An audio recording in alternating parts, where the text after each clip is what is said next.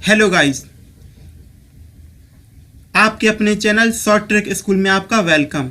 यदि आप competitive exam की तैयारी कर रहे हैं तो आप बिल्कुल सही जगह हैं। हेलो गाइस, आज मैं आपके लिए लेकर आया हूं मासा और लासा का इम्पोर्टेंट टॉपिक। प्लीज़ इस वीडियो को गंभीरता से देखिए, क्योंकि मैंने इस वीडियो में लासा और मासा टॉपिक के उन्हीं पॉइंटों को ऐड किया है जो आपके कॉम्पिटिटिव एग्जाम के लिए बहुत ही उपयोगी हों। और लासा और मासा के टॉपिक को समझने के लिए सबसे पहले हमें उसकी मासा और लासा की डेफिनेशन देखनी होगी। तो सबसे पहले हमने से डेफिनेशन को ही बताया है, तो आइए इस डेफिनेशन को पढ़ते हैं। मासा वह बड़ी से बड़ी संख्या होगी जो दी गई संख्याओं को पूरा पूरा विभाजित कर दे। हमने एग्जाम्पल के लिए 3 संख्याएं ली हैं, 5, 10 और 15। तो इसका मासा वही संख्या होगी, वही बड़ी से बड़ी संख्या होगी जो इन तीनों संख्याओं को पूरा विभाजित कर दे। तो इनको विभाजित करने के लिए इन संख्याओं के बराबर या छोटी कोई संख्या होगी जो इनको पूरा विभाजित कर दे, क्योंकि बड़ी संख्या तो इन छोटी संख्याओं को विभाजित नहीं कर सकती। तो छोटी संख्या या तो 1 होगी या 5 होगी इनको विभाजित करने के लिए। चूँकि इसमें इस डेफिनेशन में बताया है कि बड़ी से बड़ी संख्या चाहिए, तो 1 तो बड़ी संख्या है नहीं, इसलिए 5 ही बड़ी संख्या है, इसलिए इसका मासा 5 होगा। इसमें मैंने नोट लिखा है, मासा हमेशा दी गई संख्याओं से छोटा अथवा बराबर होती है। मासा दी गई संख्याओं से कभी बड़ी नहीं हो सकती। अब हमारी जो लासा की डेफिनेशन है वह देखते हैं। लासा एलसीएम वह छोटी से छोटी संख्या जो दी हुई संख्याओं से विभाजित हो जाए। माना कि हमने एग्जाम्पल के तौर पर 3 संख्या ली हैं, वही 5, 10 और 15।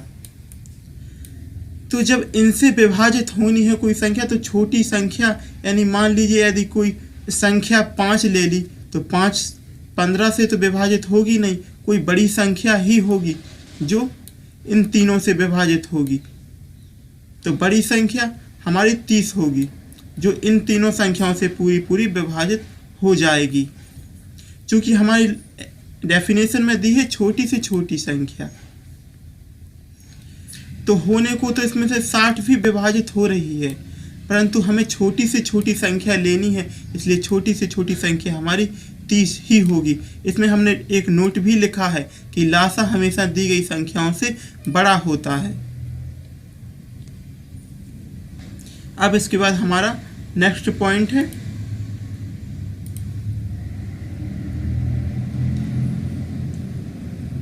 दो संख्याओं के लासा और मासा के संबंध में एक फॉर्मूला है जो लासा और मासा को रिलेट करता है। यदि हमें किसी भी संख्याओं का लासा पता हो तो हम उसका मासा ज्ञात कर सकते हैं, और यदि मासा पता हो तो हम उसका लासा ज्ञात कर सकते हैं। तो इसका फॉर्मूला है हमारी पहली संख्या इंटू दूसरी संख्या बराबर लासा इंटू मासा। यही लासा और मासा में संबंध का फॉर्मूला है। आइए अब हम क्वेश्चनों की ओर बढ़ते हैं। अब क्वेश्चन समझते हैं कि क्वेश्चन किस टाइप से बनते हैं हमारे कॉम्पिटिटिव एग्जामों में। तो हमारा पहले टाइप का क्वेश्चन है, वह बड़ी से बड़ी संख्या ज्ञात कीजिए जो 24, 60 और 84 को पूरा पूरा विभाजित कर दे। तो यानी इन तीनों को पूरा पूरा विभाजित कर दे। यदि इन तीनों को वही संख्या पूरा पूरा विभाजित कर सकती है जो इन तीनों संख्याओं से लगभग छोटी या बराबर की हो, तो यानी छोटी संख्या ज्ञात करनी है, तो इससे क्लियर होता है कि हमें इनका मासा ही निकालना होगा। हमें सबसे पहले इसी बात पे ध्यान देना होता है कि यहाँ पर दी गई संख्याओं को विभाजित कर रही है या से विभाजित हो रही है। यदि को विभाजित हो रही है तो समझ लीजिए उसका हमें मासा निकालना है।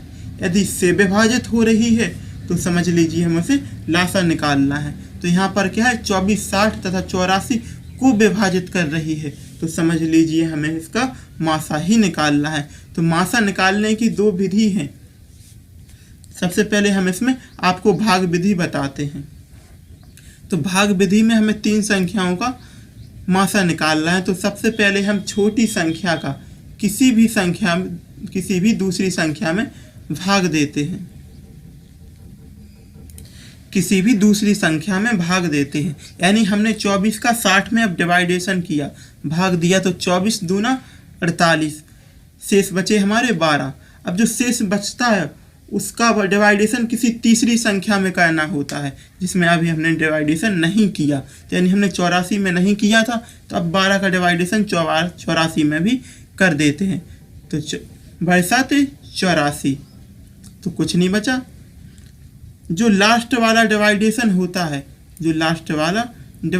होता है वही हमारी इस संख्या का मासा होता है। यानी हमारा इस संख्या का मासा है 12। हमारा नेक्स्ट क्वेश्चन है, एक कमरे की विमाएं 18 मीटर, 12 मीटर तथा 10 मीटर हैं। बड़े से बड़ा पैमाना ज्ञात कीजिए जिससे तीनों विमाएं पूरी नापी जा सकें, पूरी नापी जा सकें। हमारी जो इसमें विमाएं दी गई हैं 8, 12 और 10। तो यदि इनको नापना है तो इनसे यदि कोई बड़ी संख्या लें तो बड़ी संख्या यानी कोई बड़ी माप का स्केल लें, यानी 12, 18 से कोई बड़ी, तो इनको कैसे नाप सकता है? इसको नापने के लिए इनसे छोटा कोई पैमाना होना चाहिए। तो यदि इनका छोटी संख्या का कोई पैमाना निकालना है हमें, तो इसका हमें मासा ही निकालना होगा। तो इसका मासा 18, 12, 10 का हम दूसरी विधि से निकालते हैं।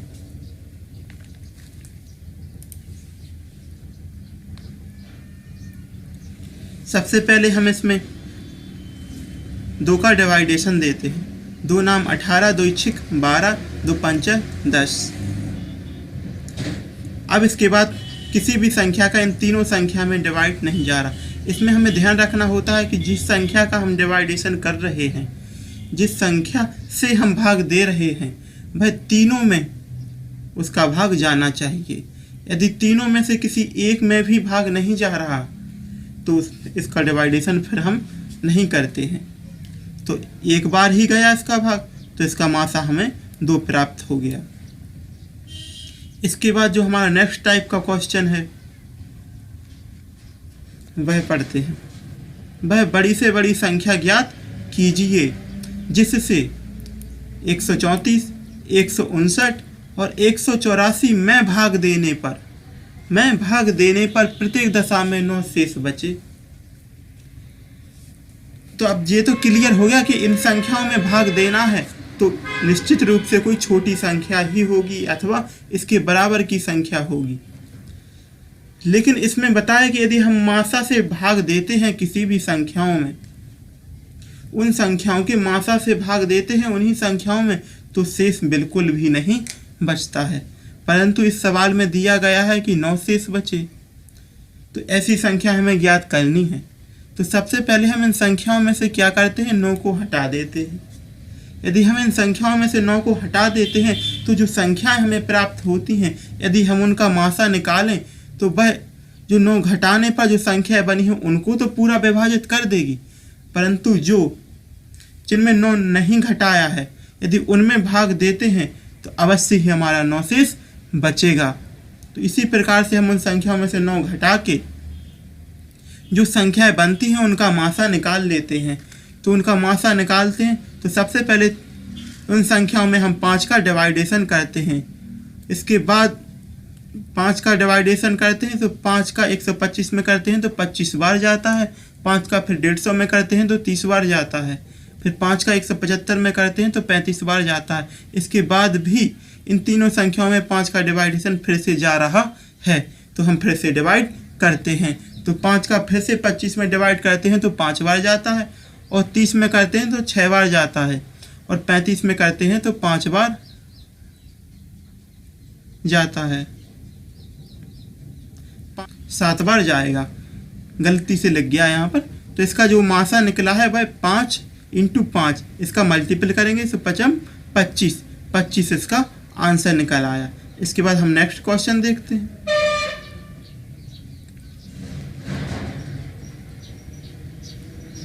हमारा नेक्स्ट क्वेश्चन है, किसी बड़ी से बड़ी संख्या से 351, 524 और 657 में भाग दिया जाए। किसी बड़ी से बड़ी संख्या से 351, 524 और 657 में भाग दिया जाए कि प्रत्येक दशा में समान शेष बचे। अब इस क्वेश्चन में कह रहा है कि प्रत्येक दशा में समान शेष बचना चाहिए। समान शेष का मतलब है यदि कोई ऐसी संख्या हो जो इस तीनों में से किसी में भी भाग दें तो हमेशा समान शेष बचे, यानी जो शेष इसमें भाग देने से बच रहा है वही शेष इसमें भाग देने से भी बचे और वही शेष इसमें भाग देने से ही बचे। तो इसकी कंडीशन हमें फॉलो करने के लिए सबसे पहले जो संख्याएं दी गई हैं उनका आपस में डिफरेंस निकालते हैं। यानी पहली संख्या का हम डिफरेंस निकालते हैं, उसका डिफरेंस 173 आया। फिर इसके बाद दूसरी संख्या का हम तीसरी संख्या से डिफरेंस निकालते हैं, यानी 524 का हमने 657 से डिफरेंस निकाला तो 173 आया। फिर इसके बाद तीसरी संख्या का हम पहली संख्या से डिफरेंस निकालते हैं, यानी 657 का 351 से डिफरेंस निकाला तो 346 डिफरेंस आया। अब जो डिफरेंस आया है उनका हम मासा निकाल देते हैं। तो इस कंडीशन में हमें जो मासा प्राप्त होता है उससे यदि हम किसी भी संख्या में भाग दें तो प्रत्येक दशा में हमें समान शेष बचेगा। तो हम इसका मासा निकालते हैं। तो इसका मासा निकालने के लिए हमें 173 का तीनों संख्याओं में डिवाइडेशन जा रहा है, अर्थात हम 173 से तीनों संख्याओं में डिवाइडेशन करते हैं। तो 173 का 173 में डिवाइडेशन करते हैं तो एक बार जाता है और फिर से 173 में डिवाइडेशन करता है तो फिर से एक बार जाता है, और जब 346 में डिवाइडेशन करते हैं तो दो बार जाता है, अर्थात इसके बाद अब कोई संख्या का इसमें डिवाइडेशन नहीं जा रहा। तो इसका मासा अब 173 ही होगा। यही हमारा सही आंसर है। इसके बाद हम नेक्स्ट टाइप अगले वीडियो में लेकर आएंगे। प्लीज़ इस वीडियो के नीचे जो सब्सक्राइब का बटन है उसे दबाकर उसके बगल में जो घंटे का आइकन है प्लीज़ उसे भी दबा दीजिए, ताकि मेरे द्वारा डाले जाने वाले सभी वीडियो की नोटिफिकेशन आपको सबसे पहले मिले। Thanks for watching.